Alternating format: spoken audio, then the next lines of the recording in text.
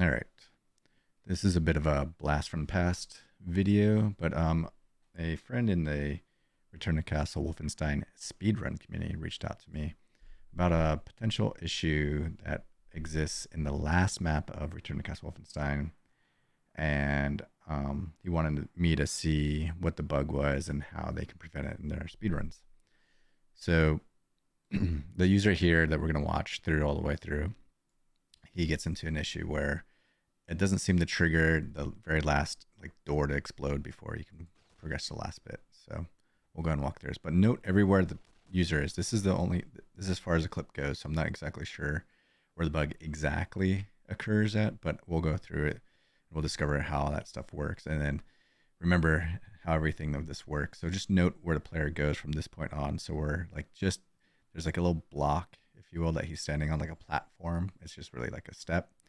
And these pillars are kind of towards the edge of this platform, but he doesn't go any further in from this video, from the start of this video that I've seen. So he just kind of stays from this side and outward until the very end. So let's go and watch it through.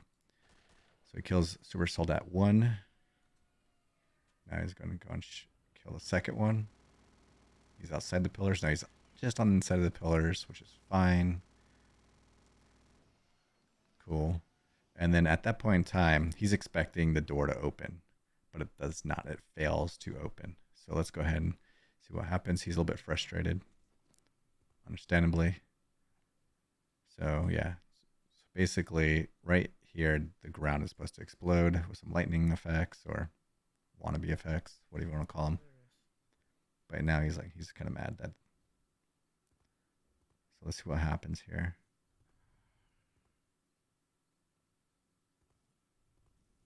Second run killed by this fucking stupid bullshit. You're fucking kidding me, dude. I don't know if you can hear the VO from the user, but he's pretty pissed. But he stays on the outer side. He never encroaches the play space of that square, which is fine, I think. But it's not triggering the end. And we'll dive into the script and the editor on why this is occurring. So he said he's going to contact Hero, who's the guy who contacted me. So see right there, it didn't occur. So I'm going to try and figure that out. But I actually think I might know that reason too. Yeah, okay. So, all right. So what ends up happening is this script is super old school. You don't have to learn it. You don't want to learn it. It's not like any other script out that I've ever used or seen. So, but anyways, the important ones is we want to know about accum 0, bit set 10, right? So that's what I'm just going to look for these. Bit set 10 is the last explosion. This right here. Think of these as like functions, but I'm not going to go through how it works. But bit set 10, it says abort if it is set, if bit set 10 is enabled, if that bit is flipped. And the only way that, so it'll abort the functionality. So we want this to execute, but if this is set, it prevents it. So it basically quits out. It early's out of this, all the next lines, and stops executing. So, and there's this wait 3000 or 3000 milliseconds. So 3 seconds is also very crucial to understand how that works, because I believe this is the cause of maybe his actual, the start of his issue, or the second time where he passed through the center area, that issue. But I actually think it's the initial issue. Actually, no, maybe now thinking about it, no, I think all right, there's many ways to break this, but let's go ahead and go through all of them. But let's go through more detail. All right, so there's 2 ways to get bit set 10 to be set or cleared or reset, and that's through these deny nmap and open nmap. So the only way that these can be enabled or set, so bit set 10 or bit reset 10, so is in the player. So if the player goes through a trigger with a target name of no light, or so that'll deny nmap, in which basically sets it to 10, and that means it'll return and not continue on, and it will not do the explosion. So remember that no light means no ending. And then open nmap is done by light yes 1, light yes 2, light yes 3, and light yes 4. And so they all call this here, which is called open nmap. So if we go into the editor here, this is the old school, very old school Wolfenstein editor. So bear with me. We're going to look at the camera more so than anything else. We're going to make this nice and big because it's just easier in the eyes. Okay, so if you remember, we're looking for no light, yes, light, yes, 1, light, yes, 2. So this is this .map, it was decompiled from, or it's called deBSP. So it's some of the data is kind of busted. Like you can see the terrain and distance there is just kind of messed up. So luckily it has most of the things that we care about. I'm just going to go ahead and hide things that we don't care about. So what we do care about, remember, is this center area here. So remember, the user that we just watched, okay, that was messed up brush. He was kind of like, staying to this platform. He was kind of not circle strafing, but he was like circling this platform as he was getting upset. Okay, so keep that in mind. So we're actually going to go ahead and the things that we care about, we're going to keep, and we're going to hide everything else. All right. So there's this trigger. I know it's this trigger because I've already done this video one time before and I didn't like how it came out, so I'm redoing it. All right, so I'm only going to care about these. I guess I'll click on the pillars, just some identifiers or landmarks. That way we have it in our view while we talk about it.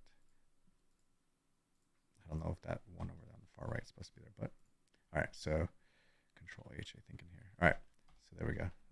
Cool, so this is what we care about, right? So the user was kind of like circling around this area when he was upset, and the center was just not triggering. So the no light trigger is this big trigger. So I'm gonna zoom in over here on the 2D view.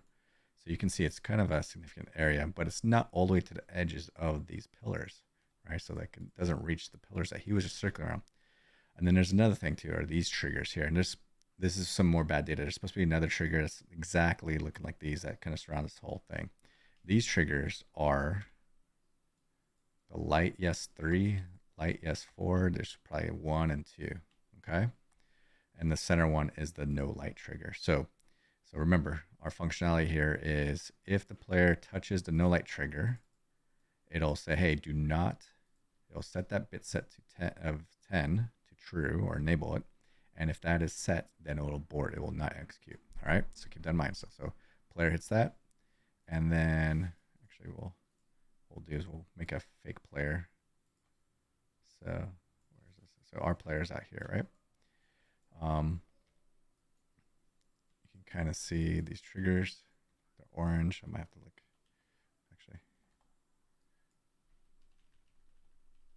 we'll go into this 2D view or top-down view. Let's match. All right.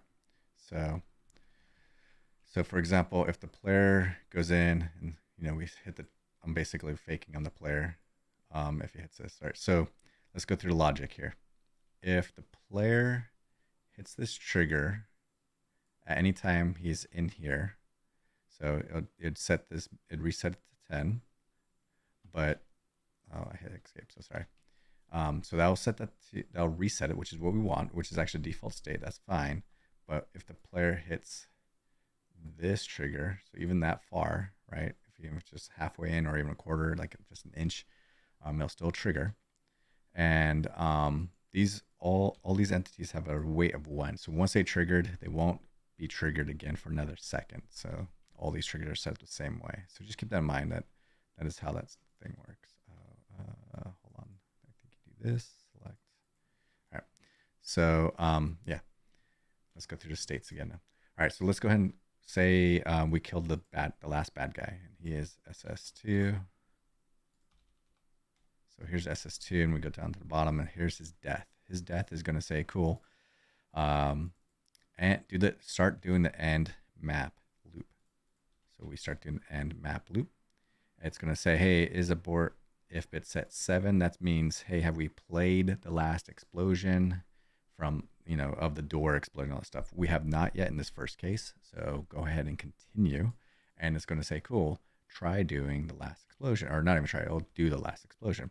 And it says wait 3 seconds. So that's crucial. If the player at any point in time goes into this center trigger during that 3 seconds, it'll abort, because it won't abort right away. It will abort after the 3 seconds, right? So if the player, so check this out. Say the player, right when he kills the last guy, he's here. So he's outside this outer trigger, right? He's outside that trigger. If he goes in, he hits it and then goes in 3 seconds. So 3 seconds now counting down. And if he runs back out, all within 1 second, because this trigger can't trigger again until for another second. Remember that. So if he goes like this, if the player does this and this within 1 second, that bit set would be set to 10. It would be enabled. Thus, this line will abort. Okay, so keep that in mind. So what? So that's what will happen. I did not see that in this case. Actually, I do think it could have happened when he was sprinting across the map. Oh, that's probably what happened. So check this out. Let's look at that video again. So when he did not get it to happen on that sprint across, so get ready. So imagine setting up a timer. Actually, we can use his timer. So he didn't get it in this right here. So probably hits the outer trigger now. So 3 seconds if it occurred at that time. But I think something else actually happened in this case. But like, let's just use this as our potential case. Oh, he's going to go through the other side. It's going to trigger. Never mind. So it should be behind. All right. So in this case, the reason why this one did not trigger is because more than likely it was because of this last explosion. It had aborted initially and is waiting 13 seconds to even try again. So it's not even, the triggers are not doing anything in this regard. But actually him running through it probably enabled it to make it work again. Because he basically, if we look back here, this is the player, say the bit set what 10 was sets, or it was set, so it denied or basically aborted the last explosion, and he sprinted across. Let's use this case. He went like this. All right. He hits this outer one right here. So that would set it to, hey, cool. Now you can start firing. You can go ahead and do the last explosion. But remember, that loop is still waiting 13 seconds. And say it was like at 1 second. So he has 12 seconds to wait. Then he sprints across. He's now in the no light that disables it. But it's still, that logic's not thinking. It's still waiting 13 seconds. Now probably, 10 seconds or something. He gets through the other side. He hits this outer trigger again to re-enable the explosion. And that's probably what happened. He probably just re-engaged the logic there. All right. So now, then he waited out here for a few seconds and then exploded. All right. So if I was to try and do this as efficiently as possible, I would avoid this whole center area. Don't even go in it. Don't touch any of these triggers. It looks like you get like about 3 players across at the diagonal, and about 2.5 players on the horizontal, like axis aligned to the world, to these pillars. So you can actually hit this outer trigger, but like just, try to stay 3 to 4 on the diagonal, but 2 to 3 on the axis aligned. And as long as you're still within that you never touch the center, you should always get this to happen the first time, which is what you want. You don't want to wait that 13 seconds. All right. So if you did it right, 3 seconds after the last guy's killed, they'll wait 3 seconds. So you should have an internal clock in there. 1, 2, 3, boom, it should explode. And then you should continue on. All right. Hopefully we've discovered all the issues. It was pretty cool to kind of go. It was a pain in the butt to get this all working again because I don't have all the data. But it was pretty cool to kind of relearn these scripts. I totally forgot how this stuff worked. And then once I found dark AI, I totally forgot that's exactly how AI and player can do things or can be scripted. But anyways, as always, you guys have a good night. It was good to talk about Return to Castle and sign in. GG's.